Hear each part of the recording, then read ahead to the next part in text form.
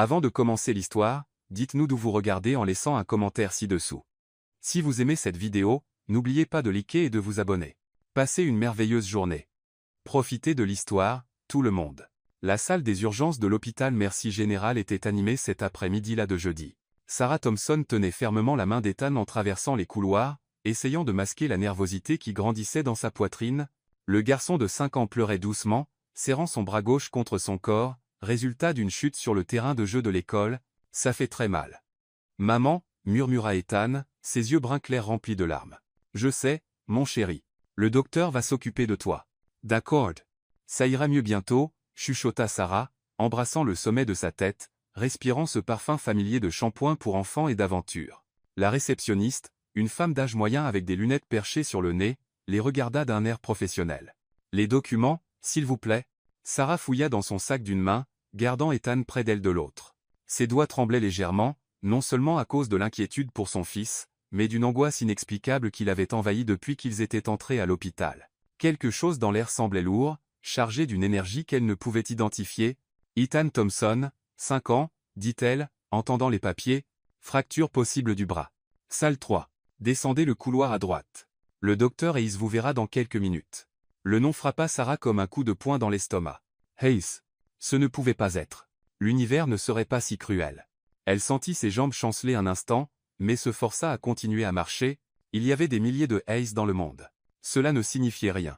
Mais quand ils ouvrirent la porte du cabinet et que ses yeux rencontrèrent les siens, le temps s'arrêta simplement. Nathan Hayes se tenait dos à la porte, examinant une radiographie à la lumière. Ses cheveux noirs un peu plus courts qu'avant, mais toujours avec ses boucles rebelles qu'elle enroulait autrefois autour de ses doigts, ses larges épaules sous la blouse blanche, cette posture confiante qu'elle connaissait si bien. Pendant un moment, c'était comme si 5 ans ne s'étaient pas écoulés. Il se tourna lentement, et quand leurs regards se croisèrent, c'était comme si tout l'air était aspiré hors de la pièce. Sarah, sa voix sortit, presque inaudible. Elle ne pouvait pas bouger, ne pouvait pas respirer. Le voilà, l'homme qui avait disparu de sa vie quand elle avait le plus besoin de lui. L'homme dont les rêves d'école de médecine étaient plus importants que n'importe quelle promesse d'amour. L'homme qui n'avait jamais su qu'elle était enceinte. « Docteur Hayes » murmura-t-elle, sa voix sortant plus froide qu'elle ne l'avait prévu. « Voici mon fils, Ethan. » Il est tombé sur le terrain de jeu et s'est fait mal au bras. Les yeux de Nathan descendirent sur Ethan, qui se cacha encore plus derrière sa mère. Pendant un moment, qui sembla une éternité. Il fixait simplement le garçon. Sarah pouvait voir quelque chose changer dans son expression, confusion, reconnaissance, choc. « Bonjour, champion » dit Nathan doucement, s'accroupissant à la hauteur d'Ethan. « Peux-tu me dire comment tu t'es fait mal ?» Ethan regarda sa mère pour approbation avant de répondre. « J'étais sur le toboggan et j'ai essayé de le faire comme Superman, mais je suis tombé. » Un sourire involontaire traversa le visage de Nathan. « Superman, hein? Il se fait mal parfois aussi, tu sais, mais il guérit toujours. » Sarah observa l'interaction urbattante.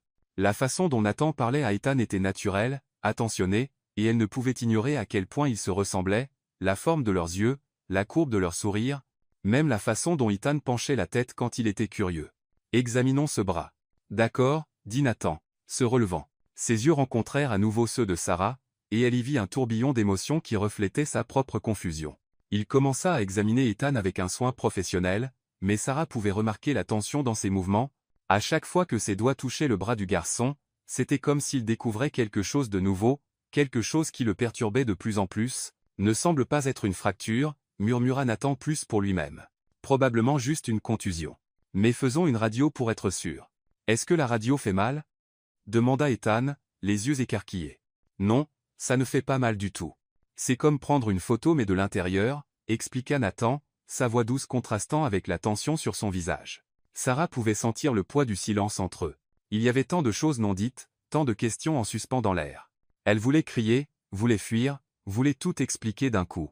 Mais tout ce qu'elle pouvait faire était de rester là à regarder l'homme qu'elle avait autrefois aimé examiner le fils qu'ils avaient eu ensemble sans qu'il le sache. « L'infirmière va vous emmener pour la radio » dit Nathan, sa voix professionnelle.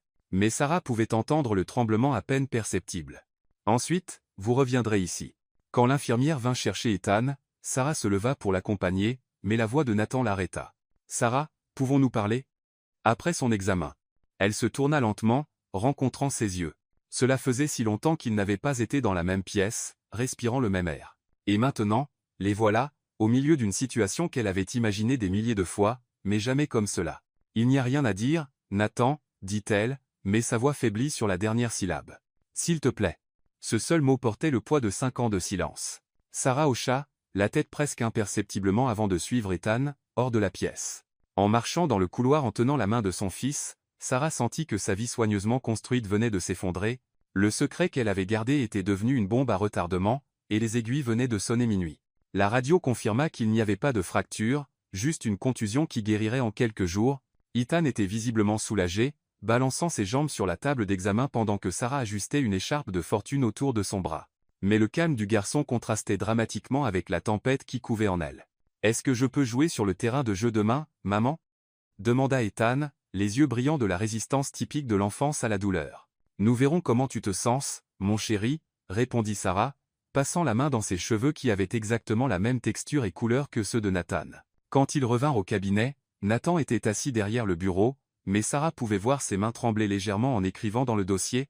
Il leva les yeux quand ils entrèrent, et à nouveau ce regard intense balaya le visage d'Ethan. « Alors, Superman ?» dit Nathan, forçant un sourire. « On dirait que tu n'as rien cassé, mais tu devras porter cette écharpe pendant quelques jours. »« D'accord. »« Pendant combien de temps ?»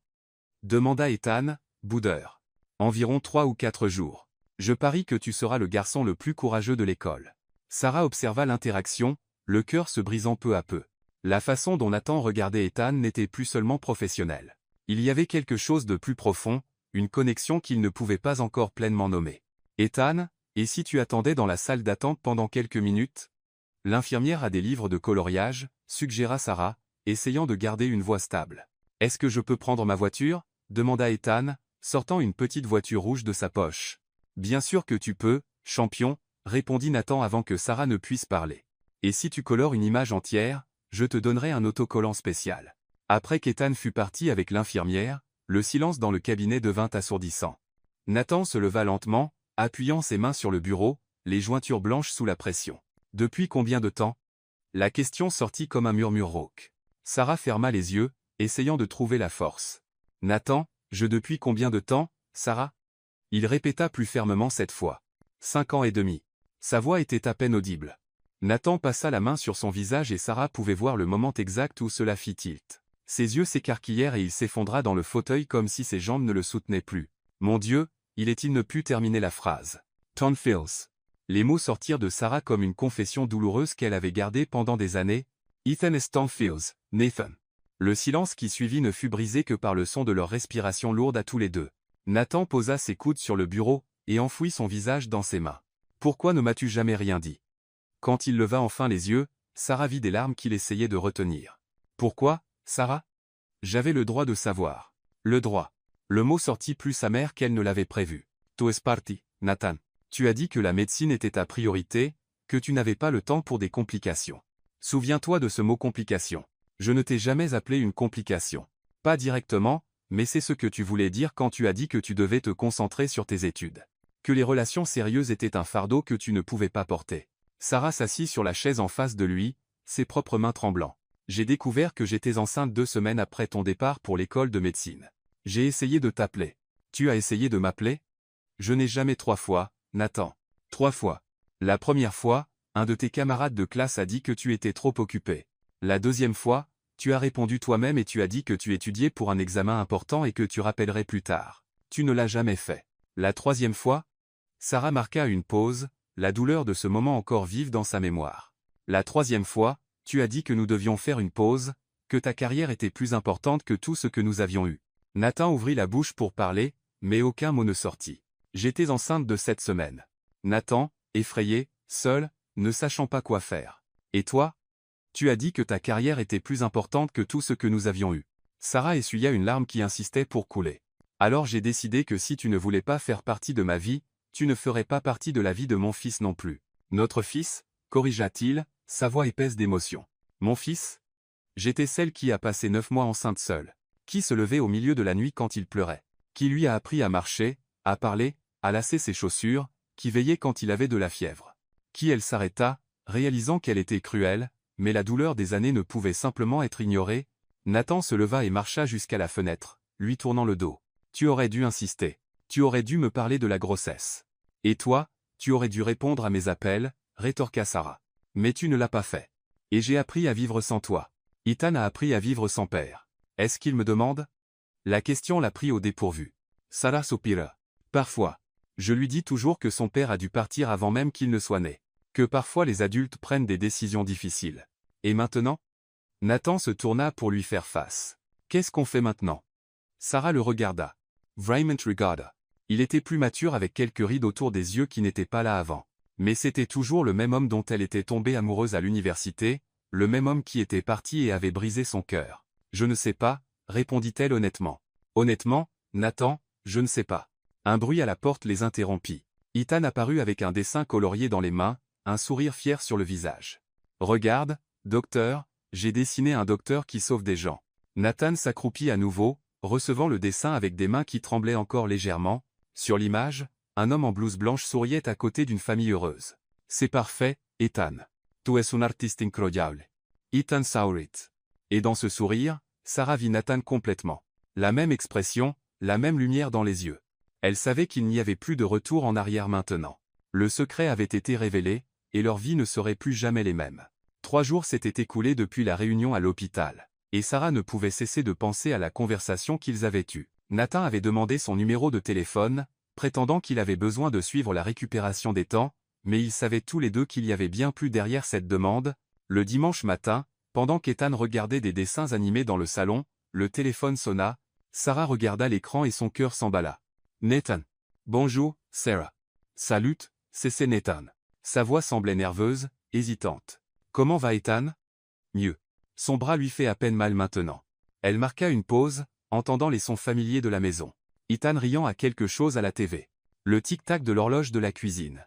Nathan, qu'est-ce que tu veux vraiment? Un long silence suivit. Elle pouvait presque l'entendre rassembler son courage de l'autre côté de la ligne. J'aimerais le voir, Ethan. Je veux dire, si tu me le permets. Sarah ferma les yeux. Elle savait que ce moment viendrait, mais elle n'était pas préparée. Nathan, s'il te plaît, Sarah. Je sais que je n'ai aucun droit de demander quoi que ce soit, mais c'est mon fils. J'ai manqué 5 ans. Je ne veux pas en manquer davantage. La sincérité dans sa voix la désarma. Sarah regarda Ethan, qui fredonnait la chanson du générique des dessins animés, complètement inconscient de la conversation qui changeait sa vie. Il ne sait pas qui tu es, dit-elle doucement. Pour lui, tu es juste le docteur qui s'est occupé de son bras. Ya comprends. Et je ne lui dirai rien tant que tu n'es pas prête. Je veux juste faire sa connaissance. 1 heure plus tard, la sonnette retentit. Ethan courut à la porte, curieux comme toujours. Qui c'est, maman? C'est le docteur Hayes. Tu te souviens de lui? Il est venu voir comment tu vas. Ethan afficha un sourire éclatant. Le docteur qui m'a donné l'autocollant. Quand Sarah ouvrit la porte, Nathan se tenait là avec un sac à la main, vêtu d'un gant et d'un t-shirt bleu marine, sans la blouse blanche, il semblait plus jeune, plus comme l'homme qu'elle avait aimé des années auparavant. Salut, champion. Nathan s'accroupit à la hauteur d'Ethan. Comment va ce bras? Beaucoup mieux. Tu veux voir? Ethan bougea son bras avec précaution, fier de sa récupération. Incroyable. Tu es vraiment courageux. Nathan sourit et Sarah remarqua comment ses yeux s'illuminaient en regardant son fils. Je t'ai apporté quelque chose. Du sac, il sortit un ensemble de petites voitures, camions de pompiers, ambulances, voitures de police. Les yeux d'Ethan s'écarquillèrent. Pour moi? Bien sûr. Les héros ont besoin de véhicules spéciaux, non? Sarah observa la scène avec un mélange d'émotion et d'appréhension. Voir Nathan interagir avec Ethan réveillait des sentiments qu'elle avait enterrés depuis longtemps. Tu veux jouer avec moi? Demanda Ethan, ouvrant déjà le paquet de voitures. J'adorerais. Les deux s'assirent sur le tapis du salon, et Sarah fut surprise de voir à quel point la scène semblait naturelle. Nathan semblait vraiment intéressé par les jeux d'Ethan, imitant les sirènes, créant des histoires de sauvetage, riant aux blagues idiotes du garçon. Dr. Hayes, dit soudain Ethan. As-tu des enfants? La question surprit à la fois Nathan et Sarah. Nathan jeta un rapide coup d'œil à Sarah avant de répondre. Non? Eh bien, c'est compliqué. Il passa la main dans ses cheveux, un geste nerveux que Sarah connaissait bien. Mais j'aimerais vraiment avoir un enfant cool comme toi. Tu peux être mon ami alors. Maman dit que les amis sont aussi de la famille. Sarah sentit ses yeux se remplir de larmes. L'innocence d'Ethan rendait tout à la fois plus simple et plus compliqué. J'adorais être ton ami, répondit Nathan, sa voix légèrement épaisse d'émotion. Au fil des heures, Sarah se détendit progressivement. Nathan était patient avec Ethan, répondait aux questions interminables du garçon, et surtout, semblait vraiment intéressé à découvrir la personnalité de son fils. Puis-je te dire un secret? chuchota Ethan à Nathan comme si c'était la chose la plus importante au monde. Bien sûr, je sais faire des pancakes. Maman m'a appris. Elle fait les meilleurs pancakes à la banane du monde entier.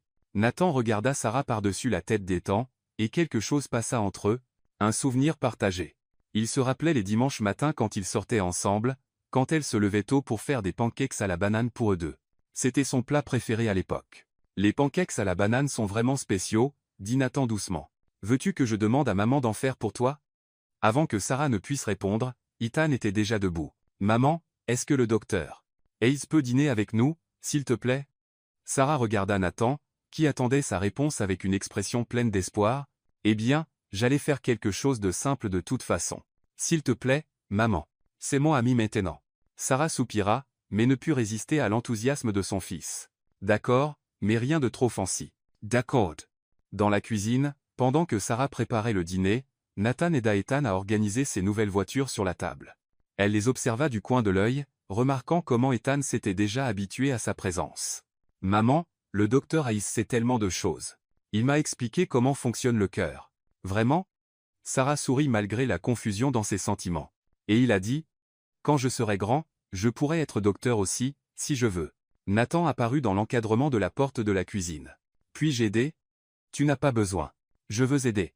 Ils travaillèrent en silence pendant quelques minutes, Nathan lavant la vaisselle que Sarah utilisait, une sorte de danse domestique qui semblait étrangement familière et naturelle à la fois. Merci, dit Sarah doucement, d'être si doux avec lui. Il est incroyable, Sarah. Tu as fait un travail extraordinaire. J'ai fait ce que j'ai pu. Après le dîner, Ethan insista pour que Nathan reste regarder son dessin animé préféré. Tous les trois s'installèrent sur le canapé. Ethan au milieu parlant sans arrêt des personnages. Sarah et Nathan échangeant des regards par-dessus la tête du garçon. Quand Ethan commença à somnoler, appuyé contre le bras de Nathan, Sarah sentit son cœur se serrer. La scène était à la fois belle et terrifiante. Je pense que quelqu'un doit aller au lit. Chuchota-t-elle. Je le prends, offrit Nathan. Et avant que Sarah ne puisse protester, il portait déjà Ethan avec précaution. Ethan se blottit naturellement contre la poitrine de Nathan, marmonnant quelque chose sur les voitures et les super-héros. Sarah les guida jusqu'à la chambre, regardant Nathan mettre son fils au lit avec la délicatesse de quelqu'un touchant quelque chose de précieux. Bonne nuit, champion, chuchota Nathan, ajustant la couverture. Reviendras-tu demain? Demanda Ethan, les yeux encore fermés. Nathan regarda Sarah pour guidance. Elle hocha la tête presque imperceptiblement. Si ta maman me le permet, je reviendrai. Soupa. Demain, je te montrerai ma collection de dinosaures. De retour dans le salon, le silence entre eux était différent maintenant, moins chargé de tension, mais plein de possibilités inexplorées. Il est incroyable, dit Nathan, s'asseyant au bord du canapé. Intelligent, attentionné, curieux. Il est tout ce qui est bon. Il t'aime bien, admit Sarah, s'asseyant de l'autre côté du canapé. Ce n'est pas courant. Ethan est généralement timide avec les inconnus. Peut-être que je ne suis pas vraiment un inconnu. La phrase resta suspendue entre eux, chargée de sens. Sarah savait qu'ils entraient en territoire inconnu, mais pour la première fois en 5 ans, elle n'affrontait pas tout seul. Et cela l'effrayait plus que cela ne devrait. Emily Hargrove observait Nathan de l'autre côté du restaurant avec une irritation croissante. Ils avaient prévu un dîner romantique pour discuter des prochaines étapes de leur relation. Elle avait même laissé échapper quelques indices sur la bague en diamant qu'elle avait vue dans une bijouterie du centre-ville. Mais le voilà, picorant distraitement sa nourriture avec un regard distant et l'esprit clairement ailleurs. « Nathan, dit-elle, sa voix aiguë brisant sa rêverie. M'écoutes-tu? » Il cligna des yeux comme s'il revenait d'une transe. « Désolé. Qu'est-ce que tu disais? » Emily, corrigea-t-elle, même s'ils étaient ensemble depuis 8 mois.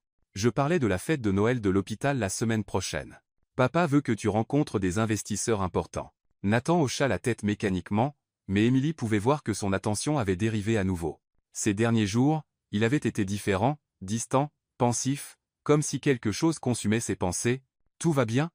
demanda-t-elle, essayant de paraître concernée, bien que son irritation grandisse. « Oui, juste le travail. » Emily étudia son visage.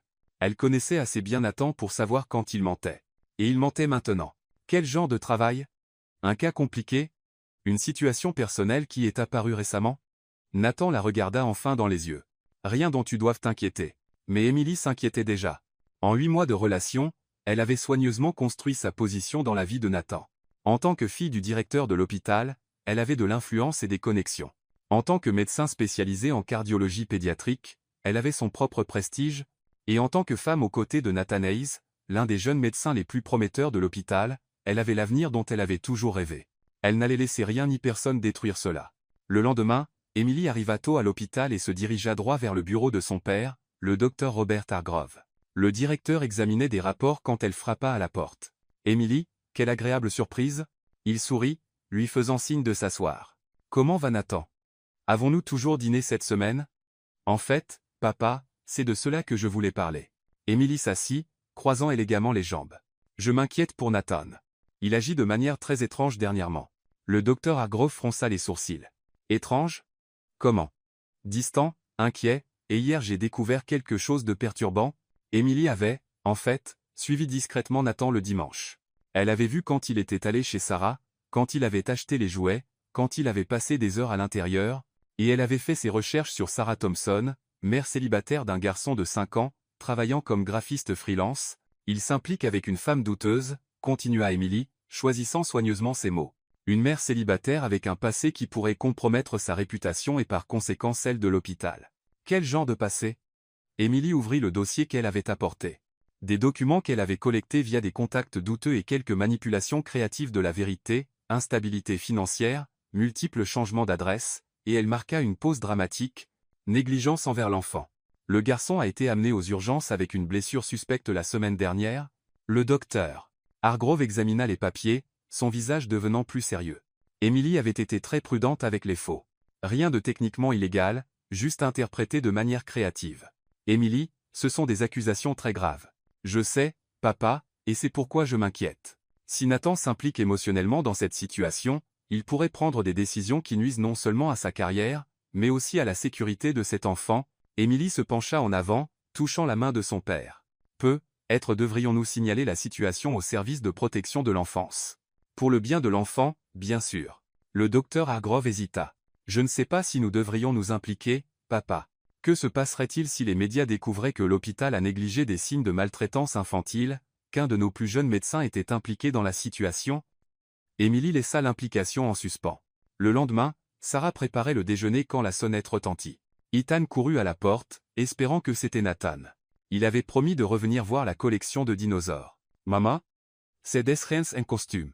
Liqueo de Sarah se glace. » Par la fenêtre, elle vit deux adultes aux expressions sérieuses avec des porte-documents à la main.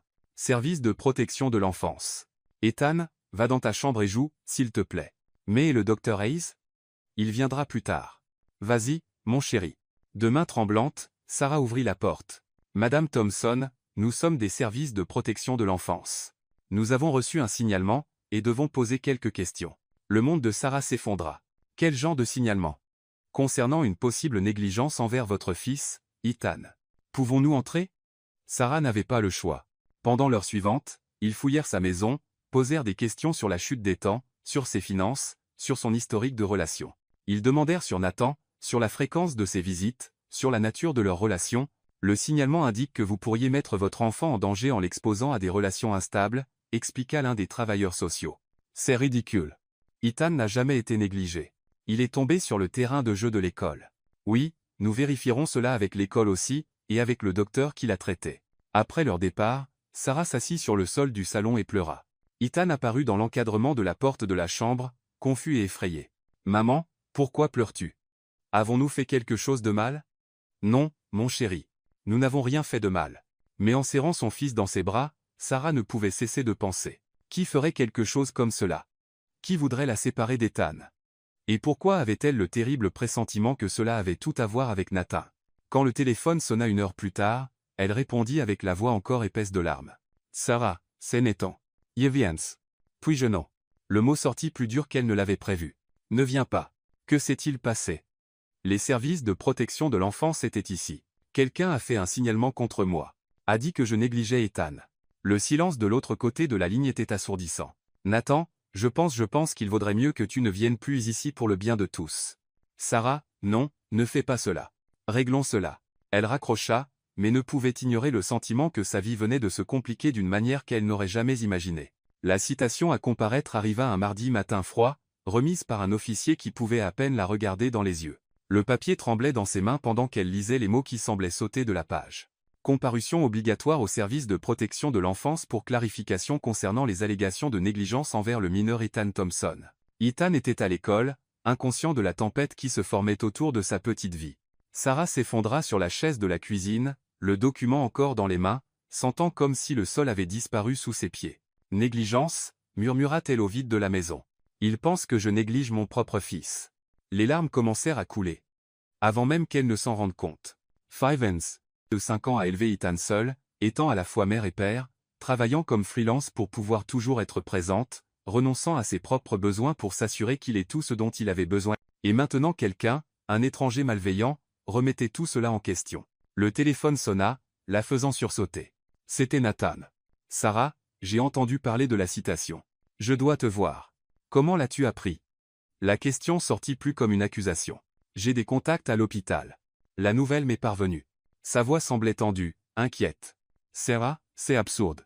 Quiconque te connaît sait que tu es une mère exemplaire. »« Quiconque me connaît, » répéta-t-elle amèrement. « Le problème est qu'il y a apparemment quelqu'un qui ne me connaît pas qui fait de faux signalements sur moi. J'irai avec toi au service de protection de l'enfance. En tant que docteur qui a traité Ethan, je peux témoigner. » Non. Le mot sortit comme un cri. « Nathan, ne comprends-tu pas? Ta présence ne fera qu'empirer les choses. Il questionne déjà notre relation. » Sarah pouvait entendre sa respiration lourde de l'autre côté de la ligne. « Quelle relation, Sarah? Nous n'avons même pas de relation. » Le froid dans sa voix la frappa comme une gifle. « Exactement. Et c'est pourquoi tu dois rester loin de moi et d'Ethan. » Elle raccrocha avant qu'il ne puisse répondre, mais le téléphone sonna immédiatement à nouveau. Sarah regarda l'écran et raccrocha encore. 5 appels de plus suivirent avant qu'elle ne débranche enfin le téléphone. Quand Ethan rentra de l'école cet après-midi-là, Sarah essaya de maintenir la normalité, mais les enfants ont une perception aiguë de l'anxiété des adultes. « Maman, es-tu triste ?» demanda Ethan, laissant tomber son sac à dos sur le sol et courant la serrer dans ses bras. « Je suis un peu inquiète, mon chéri. Mais cela n'a rien à voir avec toi. C'est à cause du docteur Hayes, il n'est pas venu hier. » Sarah sentit son cœur se serrer. Ethan avait attendu Nathan toute la journée, demandant toutes les heures quand son ami docteur arriverait. Elle avait inventé des excuses, dit qu'il était occupé à l'hôpital, mais les questions innocentes de son fils étaient comme des couteaux dans sa poitrine. « Ethan, nous devons parler. » Sarah s'assit sur le canapé et attira son fils sur ses genoux. « Tu te souviens quand je t'ai expliqué que parfois les adultes doivent prendre des décisions difficiles ?» Ethan hocha la tête, ses yeux bruns si semblables à ceux de Nathan, fixés sur le visage de sa mère. « Eh bien, le docteur Hayes ne pourra plus nous rendre visite. »« Pourquoi ?» La voix d'Ethan sortit petite, confuse. « Parce qu'il est très occupé à être docteur et à sauver des gens. Mais il a dit que j'étais son ami spécial. » Les larmes que Sarah avait réussi à contrôler toute la journée revinrent avec force. « Je sais, mon chéri. Je sais. » Ethan serra le cou de sa mère, sentant sa tristesse, même sans la comprendre pleinement. « C'est bien, maman. Nous nous avons encore l'un l'autre. » Cette nuit-là, après avoir couché Ethan, Sarah resta éveillée dans la cuisine, entourée de documents, relevés bancaires, reçus de rendez-vous médicaux, bulletins scolaires, photos d'Ethan, heureux et en bonne santé. Elle construisait une défense désespérée contre des accusations dont elle ne connaissait même pas les détails. Ses mains tremblaient en écrivant une lettre expliquant chaque aspect de la vie d'Ethan, chaque soin qu'elle prenait, chaque sacrifice qu'elle faisait. C'était comme devoir prouver qu'elle était humaine, qu'elle aimait son fils, qu'elle méritait d'être mère. Le pire était le sentiment d'être à nouveau seule. Pendant quelques jours, elle s'était permis d'imaginer que elle n'avait pas à tout porter seule. Que être Nathan pouvait être une présence positive dans la vie d'Ethan, qu'il pouvait trouver un moyen de fonctionner comme une famille, même non traditionnelle. Mais maintenant tout s'effondrait. Et elle était de retour à l'endroit qu'elle connaissait bien, seule contre le monde, protégeant son fils de la seule façon qu'elle connaissait. Pendant ce temps, de l'autre côté de la ville, Nathan faisait les 100 pas dans son appartement, essayant sans succès d'appeler Sarah. Le sentiment d'impuissance le consumait, son esprit médical analysait la situation. Quelqu'un avait fait un signalement spécifique contre Sarah juste après qu'il avait commencé à lui rendre visite. Ce ne pouvait pas être une coïncidence. Il pensa à Emily, à la façon dont elle avait agi étrangement dernièrement, posant des questions sur son temps libre, sur où il passait ses week-ends. La manière dont elle avait suggéré de manière apparemment casuale qu'il devrait se concentrer plus sur sa carrière et moins sur les distractions. Le téléphone sonna, interrompant ses pensées. « Emily, salut chérie, j'ai entendu que tu t'inquiétais de quelque chose. Veux-tu en parler ?» Le souci dans sa voix semblait faux, étudié. « Comment savais-tu que je m'inquiétais ? » « Eh bien, tu es mon petit ami. Je remarque ces choses. » Nathan ferma les yeux, une terrible suspicion prenant forme dans son esprit. « Emily, sais-tu quelque chose sur un signalement au service de protection de l'enfance contre l'un de nos patients ? » Le silence de l'autre côté dura trop longtemps. Pourquoi saurais-je cela? Réponds à la question, Émilie. Nathan, tu me fais peur. Pourquoi te soucierais-tu d'un signalement contre un patient quelconque? Ce n'est pas juste un patient quelconque. Les mots sortirent avant qu'il ne puisse les arrêter. Et tu le sais, n'est-ce pas? Un autre silence révélateur. Émilie, qu'as-tu fait? Je t'ai protégé, Nathan. Protégez-nous. Cette femme profitait de ta gentillesse, utilisant son fils pour te manipuler. C'était toi. Ce n'était pas une question. Tu as fait le signalement. Je t'ai sauvé d'une situation qui pourrait détruire ta carrière. Nathan raccrocha si fort qu'il manqua de casser le téléphone. La colère qu'il ressentit à ce moment était différente de tout ce qu'il avait connu. Émilie avait attaqué Sarah, avait attaqué Ethan, avait attaqué sa famille. Sa famille. Pour la première fois, Nathan s'admit que Sarah et Ethan étaient sa famille, et qu'il ferait tout pour les protéger, même si cela signifiait détruire la carrière pour laquelle il avait tant sacrifié par le passé. Nathan ne dormit pas cette nuit-là. Assis à la table de la cuisine avec son ordinateur portable ouvert et des papiers éparpillés autour, il travailla méthodiquement à construire un dossier contre Émilie et son père. Chaque email, chaque conversation, chaque document qui pourrait prouver la conspiration contre Sarah était soigneusement organisé. À 5 heures du matin, il avait rassemblé suffisamment de preuves, enregistrements de conversations où Émilie admettait avoir enquêté sur Sarah, ou emails échangés avec des contacts douteux pour obtenir de fausses informations, et le plus accablant de tous, une conversation enregistrée où elle confessait à son père qu'elle avait fabriqué une partie des preuves. L'application d'enregistrement sur son téléphone était devenue sa meilleure amie. Émilie, dans son arrogance, avait été imprudente dans les conversations téléphoniques ces derniers jours, surtout après qu'il avait commencé à la questionner directement. À 7 heures du matin, Nathan était à la porte des services de protection de l'enfance, attendant qu'ils ouvrent. Il avait appelé plus tôt, programmant une réunion urgente sous prétexte d'avoir des informations pertinentes sur l'affaire Thompson. Le travailleur social qui le reçut, le même qui avait visité Sarah, sembla surpris de le voir. « Docteur Haïs, nous ne nous attendions pas à vous voir ici. Docteur Rivera, je dois parler de l'affaire Ethan Thompson. Il y a des informations cruciales que vous devez savoir avant de prendre des décisions. » Ils s'assirent dans une petite pièce mal éclairée. Nathan posa un dossier épais sur la table. « D'abord, je veux clarifier ma position. Je suis le père biologique d'Ethan Thompson. » Les yeux du docteur Rivera s'écarquillèrent alors qu'elle prenait un stylo pour prendre des notes. Sa mère, Sarah Thompson, et moi avons eu une relation il y a 6 ans. Quand nous nous sommes séparés, elle était enceinte, mais je ne le savais pas. Je ne l'ai découvert que la semaine dernière quand elle a amené Ethan à l'hôpital après une chute accidentelle à l'école.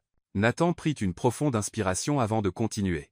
Depuis, j'ai rendu visite à mon fils, essayant d'établir une relation avec lui. Sarah est une mère exemplaire, docteur Rivera. Ce que vous enquêtez est une fabrication complète. Dr. Hayes. Ce sont des accusations très graves, et j'ai des preuves. Nathan ouvrit le dossier, révélant des documents, photographies et un enregistreur numérique. Le signalement contre Sarah a été fabriqué par Emily Hargrove, une médecin à l'hôpital Mercy Général, et fille du directeur, le docteur Robert Hargrove. Il alluma l'enregistreur. La voix d'Emily résonna dans la petite pièce. « Je t'ai sauvé d'une situation qui pourrait détruire ta carrière. Cette femme profitait de ta gentillesse, utilisant son fils pour te manipuler. » Le docteur Rivera arrêta d'écrire, fixant l'appareil. « Il y en a plus, » continua Nathan, passant à un autre fichier audio. La voix d'Emily à nouveau, cette fois en conversation avec son père. « Les documents que j'ai obtenus montrent un schéma de négligence.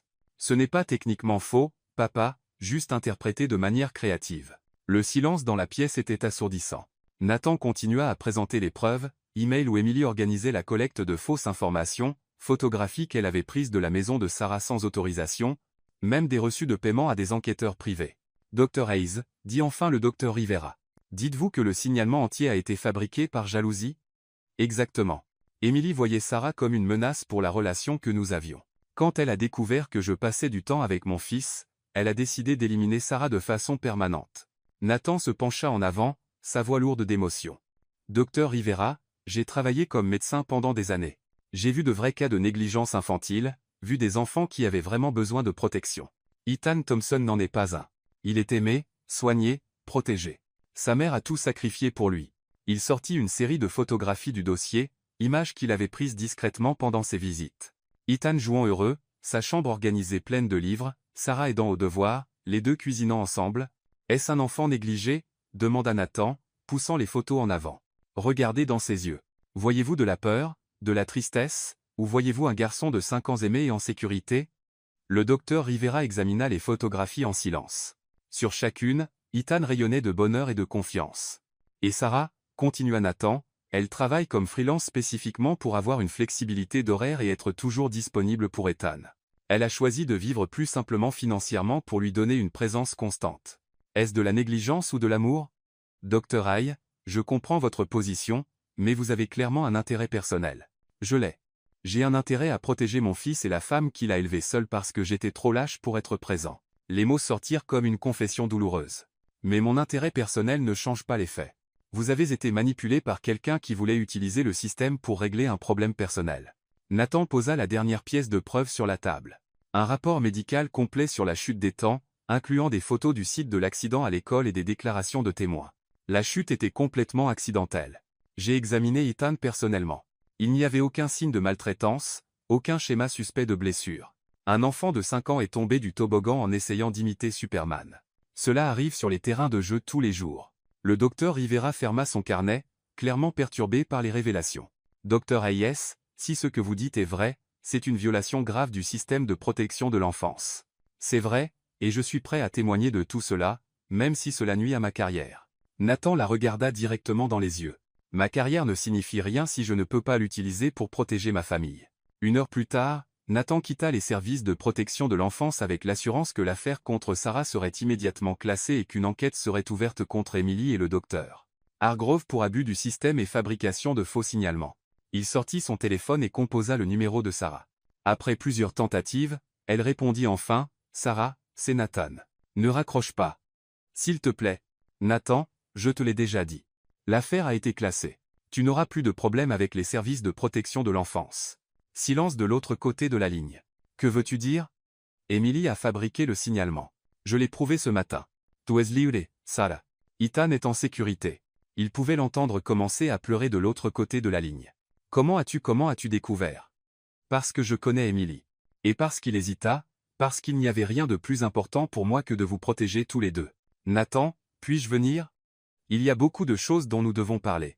Et Ethan doit se demander où je suis. Cette fois, le silence fut plus long.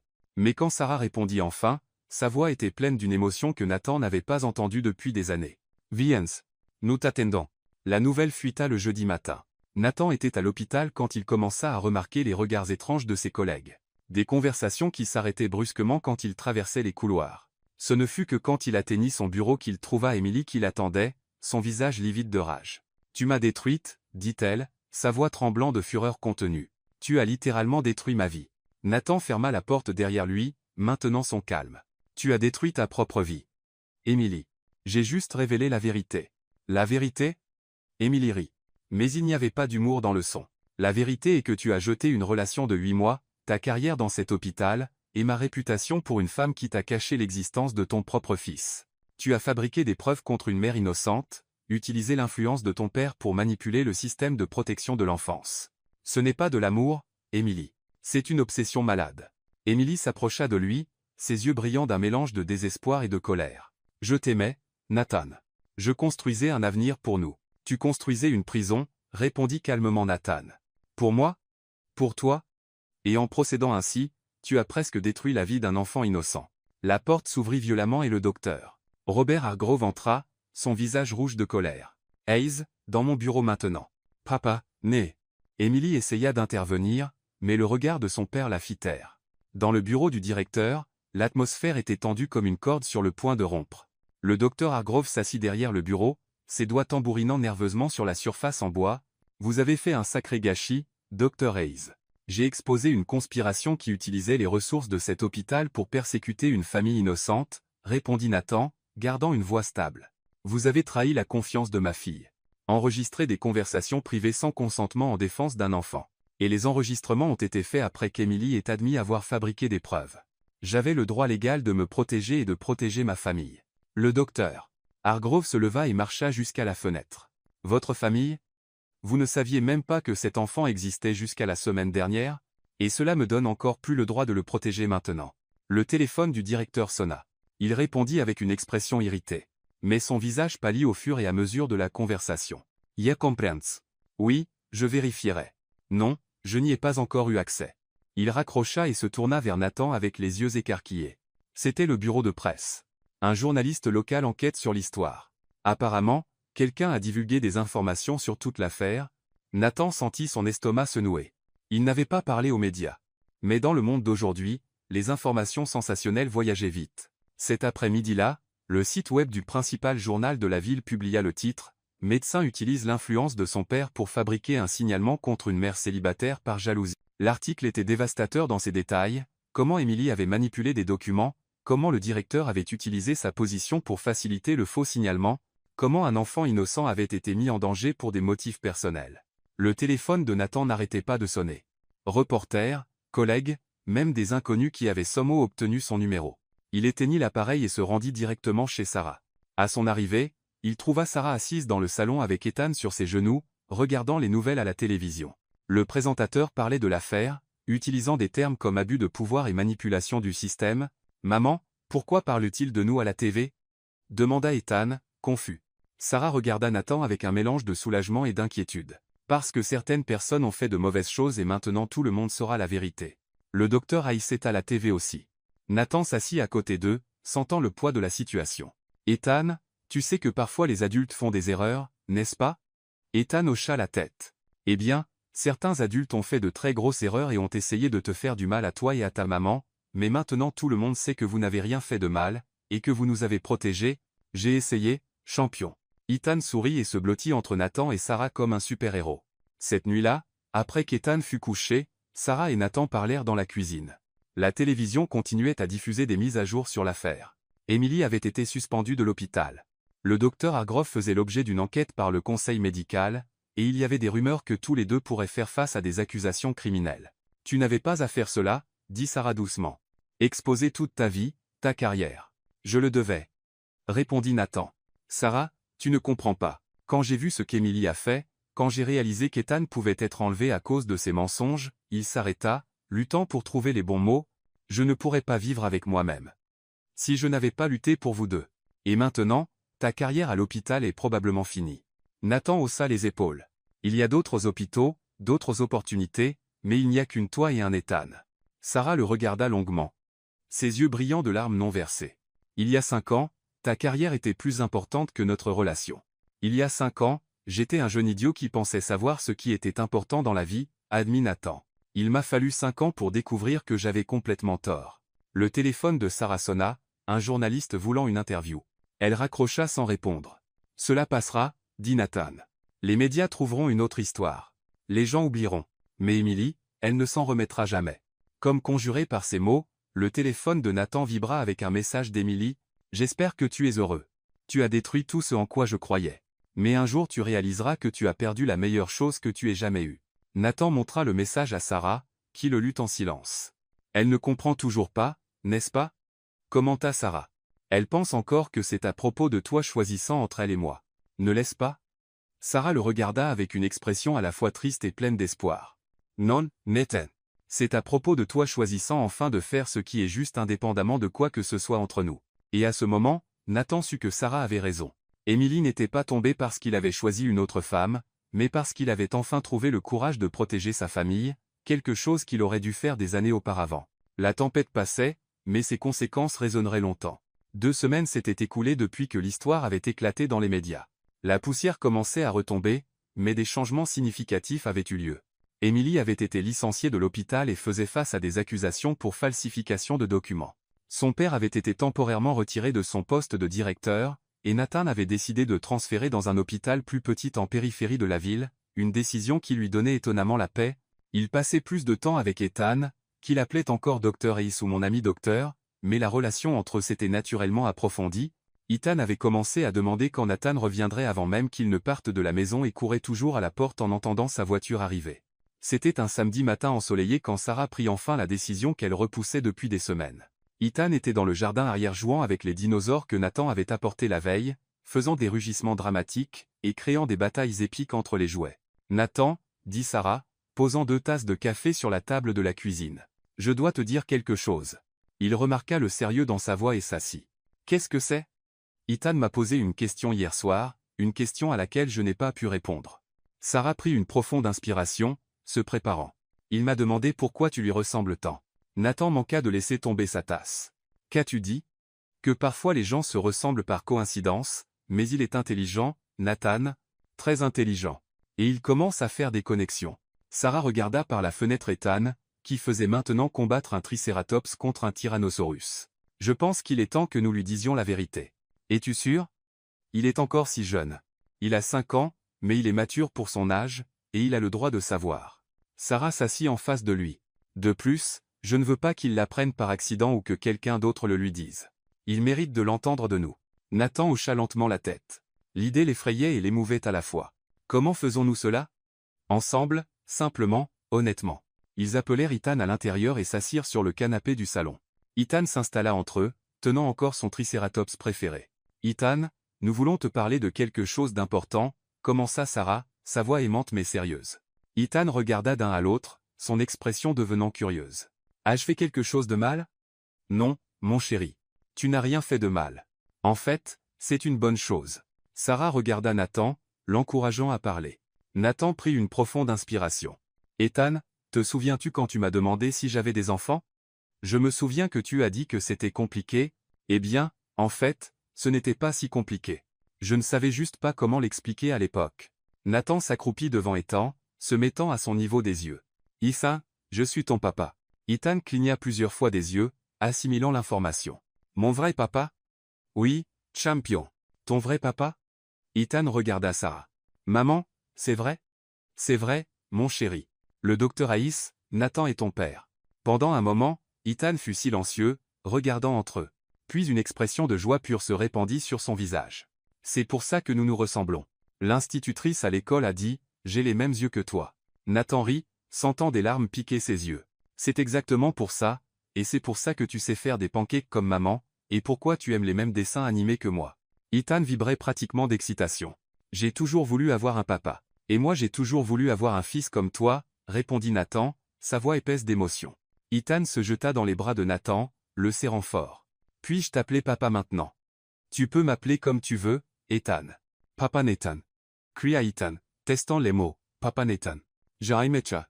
Sarah observa la scène avec des larmes coulant sur son visage, mais elle souriait. Voir Ethan si heureux, acceptant si naturellement Nathan comme son père était plus qu'elle n'aurait pu rêver. Papa, dit soudain Ethan, se reculant pour regarder Nathan dans les yeux. Vas-tu vivre avec nous maintenant? La question surprit les deux adultes. Nathan regarda Sarah, incertain de comment répondre. Ethan, dit Sarah doucement. Ton père a sa maison et nous avons la nôtre. Mais les familles vivent ensemble, protesta Ethan. À l'école, tous mes amis vivent avec leur maman et leur papa. Toutes les familles ne sont pas pareilles, mon chéri, expliqua Sarah. Certains enfants vivent juste avec leur maman, d'autres juste avec leur papa, d'autres avec leurs grands-parents. Mais je veux que nous soyons une famille normale, dit Ethan, et pendant un moment sa joie laissa place à une expression inquiète. Vous ne vous aimez plus? Nathan et Sarah échangèrent des regards, réalisant tous deux qu'ils entraient en territoire compliqué. Ethan, dit Nathan prudemment, ta mère et moi nous aimons beaucoup. Tu en es la preuve. Mais parfois les adultes ont besoin de temps pour comprendre comment faire fonctionner les choses. Combien de temps? La question directe d'un enfant de 5 ans les laissa sans voix. Sarah rit nerveusement. Nous ne savons pas, mon chéri.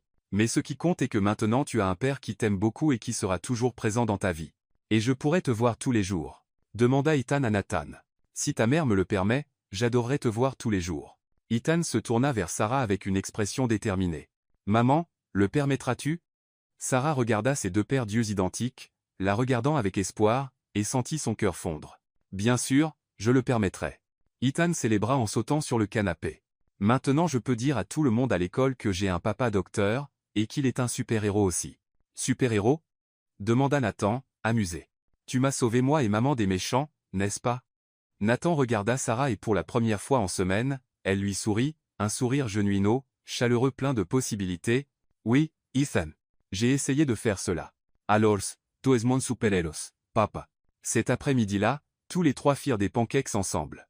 Ethan insista pour montrer à Nathan comment sa mère lui avait appris à casser les œufs, et Nathan fit semblant d'être impressionné par la technique. Sarah observa les deux personnes les plus importantes de sa vie interagir avec une naturalité qui la surprit. Quand Ethan fit une sieste après le déjeuner, Sarah et Nathan s'assirent dans le jardin arrière. Il l'a accepté mieux que je ne l'espérais, commenta Sarah. C'est un enfant incroyable. Tu as fait un travail merveilleux. Nous l'avons fait, corrigea doucement Sarah. Même sans le savoir, tu étais présent dans chaque caractéristique de lui, dans chaque sourire, dans chaque curiosité. Nathan la regarda. Sarah, À propos de ce qu'Ethan a demandé. À propos de nous vivant ensemble. Un pas à la fois, Nathan, l'interrompit-elle doucement. D'abord, apprenons à être une famille. Ensuite, nous verrons où cela nous mène. Mais même en disant cela, Sarah ne pouvait nier que l'idée d'avoir Nathan en permanence ne sonnait plus effrayant. Cela sonnait comme chez soi.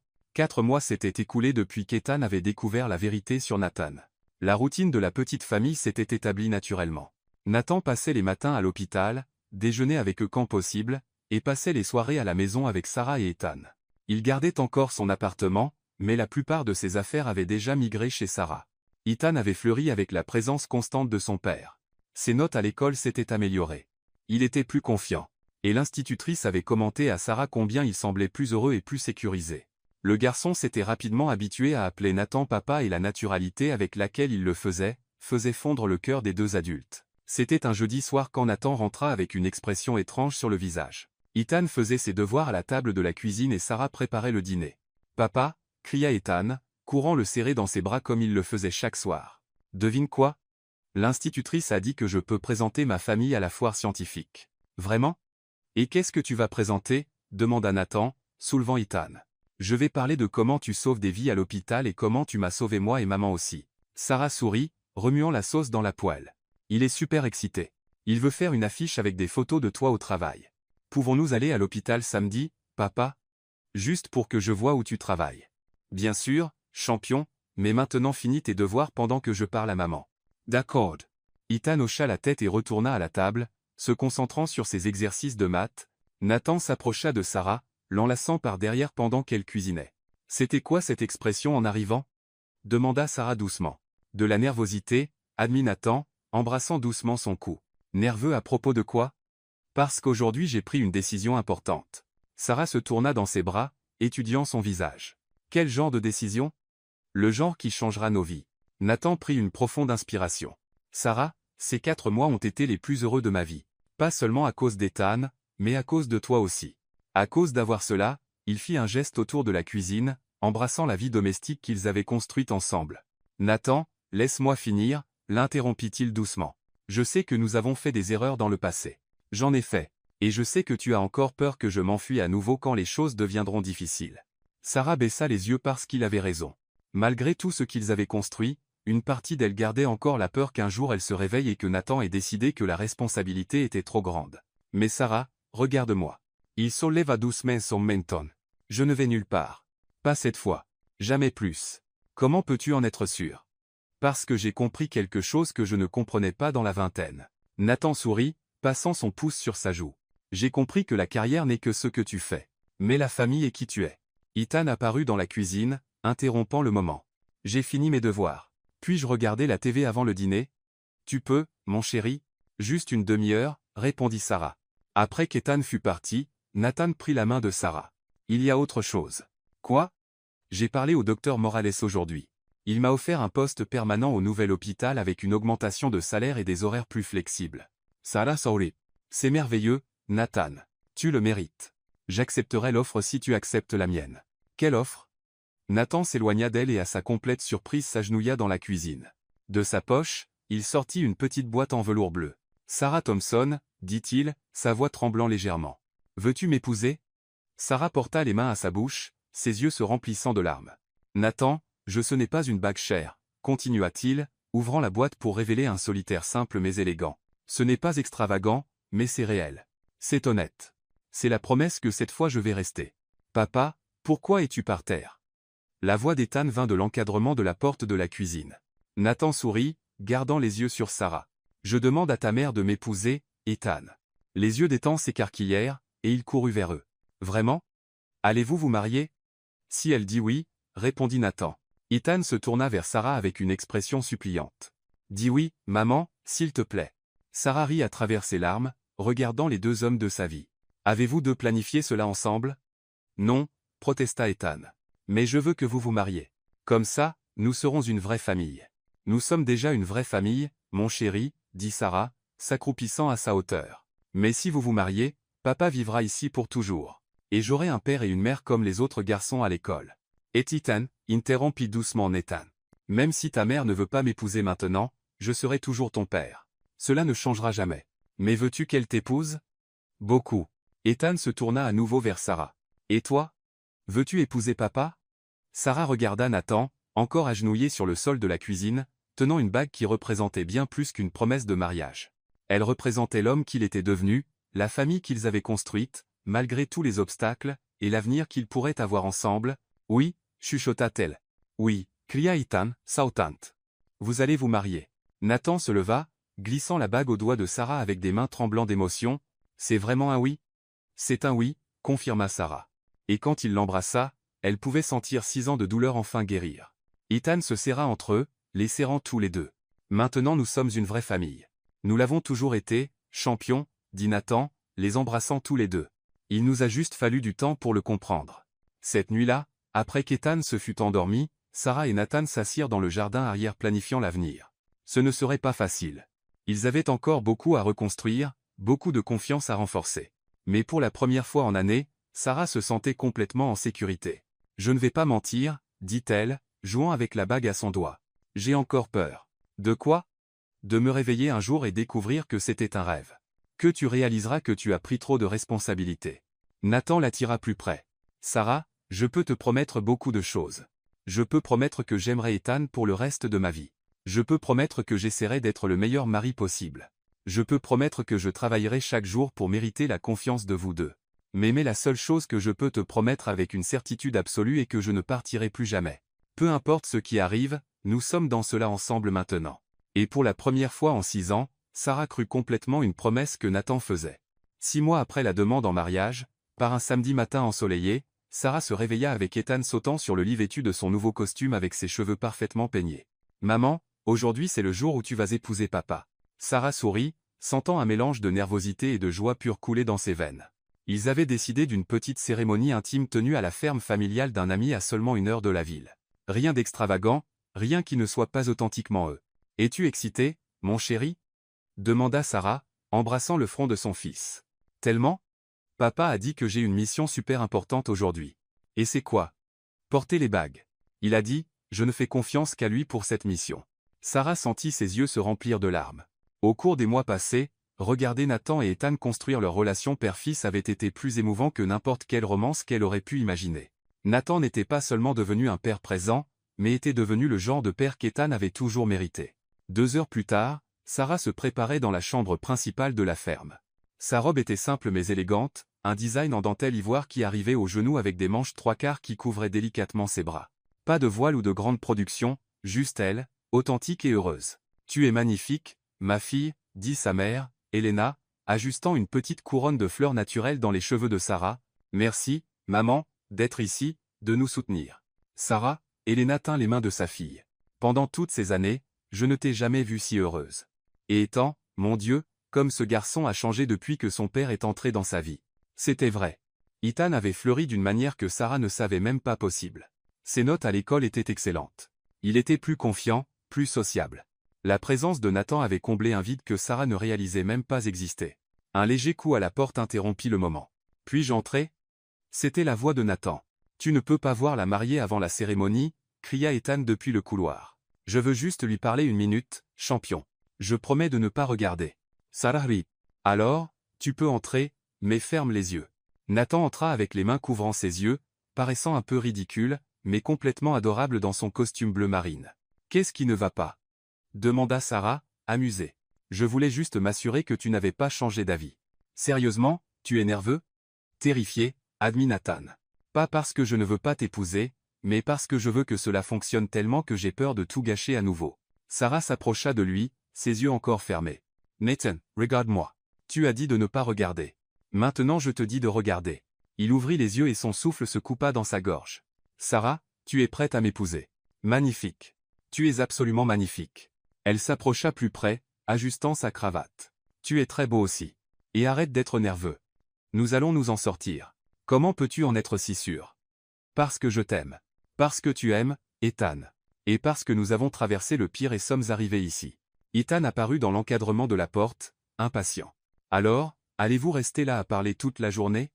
Les gens attendent. » La cérémonie eut lieu dans le jardin de la ferme sous une pergola décorée de fleurs sauvages et de tissus fluides. Il n'y avait que 20 invités, familles proches et quelques amis intimes.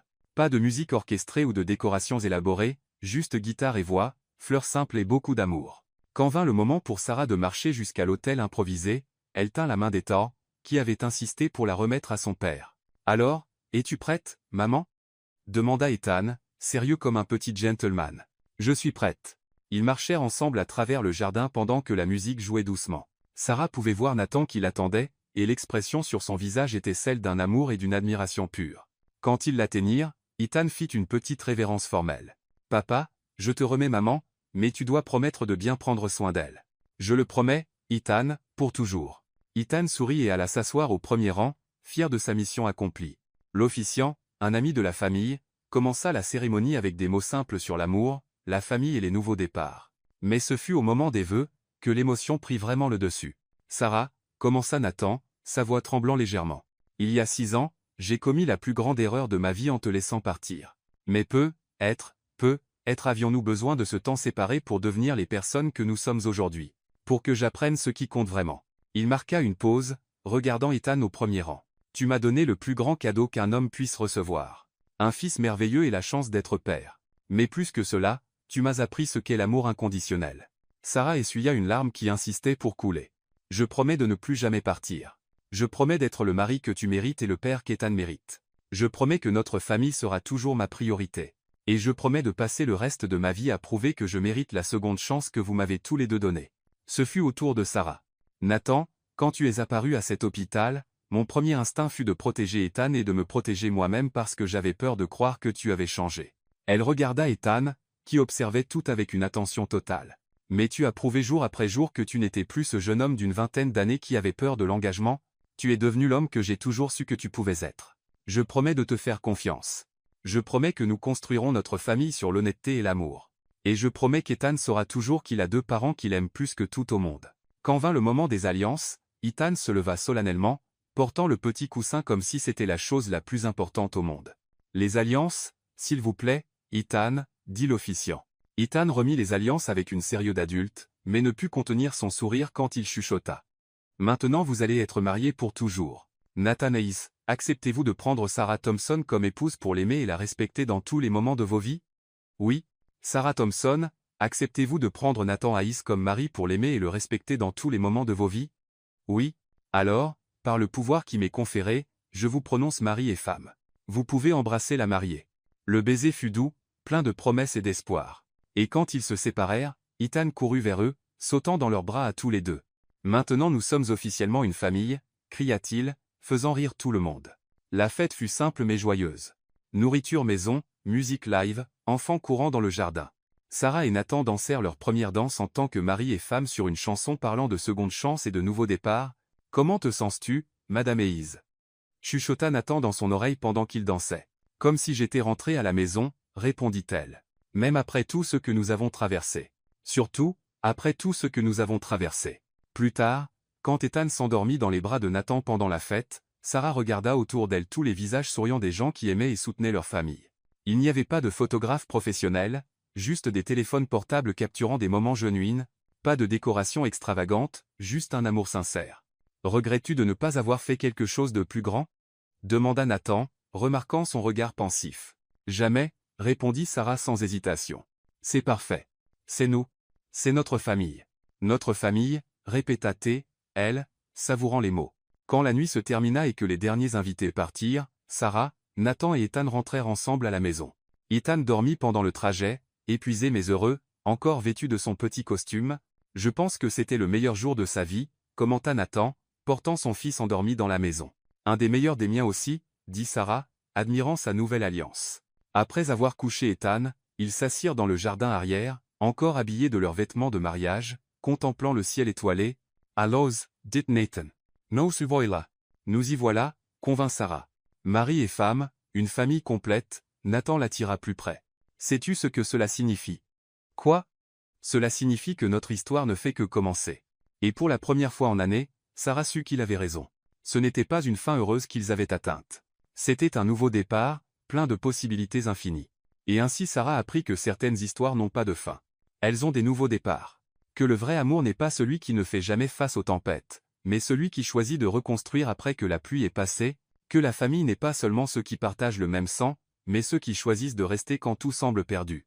Et que parfois le plus grand acte de courage n'est pas de partir pour poursuivre des rêves, mais de rentrer à la maison et de se battre pour ce qui compte vraiment, parce qu'au final, ce ne sont pas les diplômes au mur ou les succès professionnels qui nous définissent.